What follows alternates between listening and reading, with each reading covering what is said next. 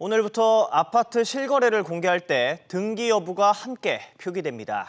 원래 가격보다 높은 가격의 주택을 사고 팔아 호가를 끌어올린 뒤 슬그머니 계약을 해지하는 집값 띄우기 행위를 차단하기 위해서입니다.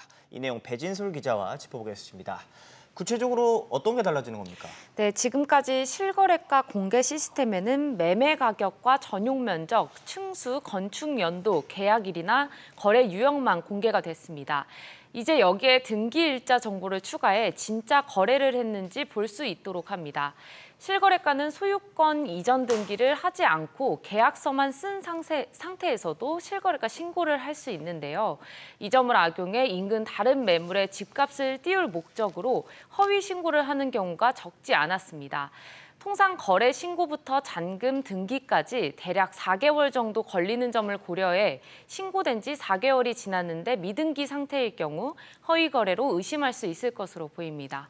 알겠습니다. 다음 소식으로 넘어가 보겠습니다. 정부가 실업급여 제도를 손질한다고 하는데 이유가 뭡니까? 네, 이 실업급여의 재원인 고용보험기금의 재정 건전성을 회복하기 위해서입니다.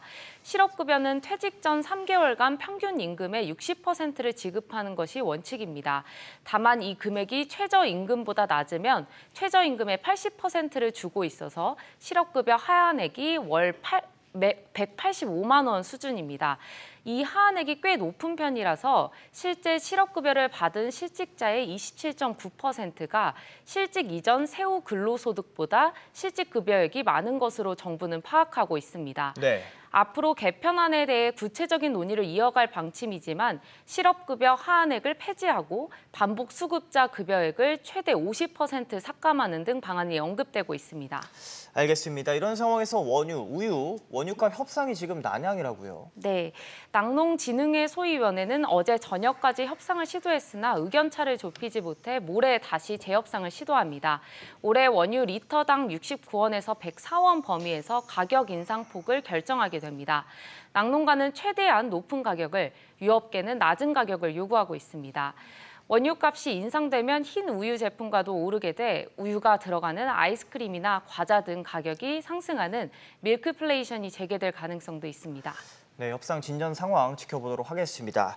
오늘 일본에서 일본 후쿠시마 원전 오염수 방류와 관련해서 한일 실무 협상의 회의가 열리죠. 네, 국장급 실무 협의인데요. 앞서 윤석열 대통령이 한일 정상회담에서 제시한 요구 사항을 두고 후속 논의가 이어질 전망입니다.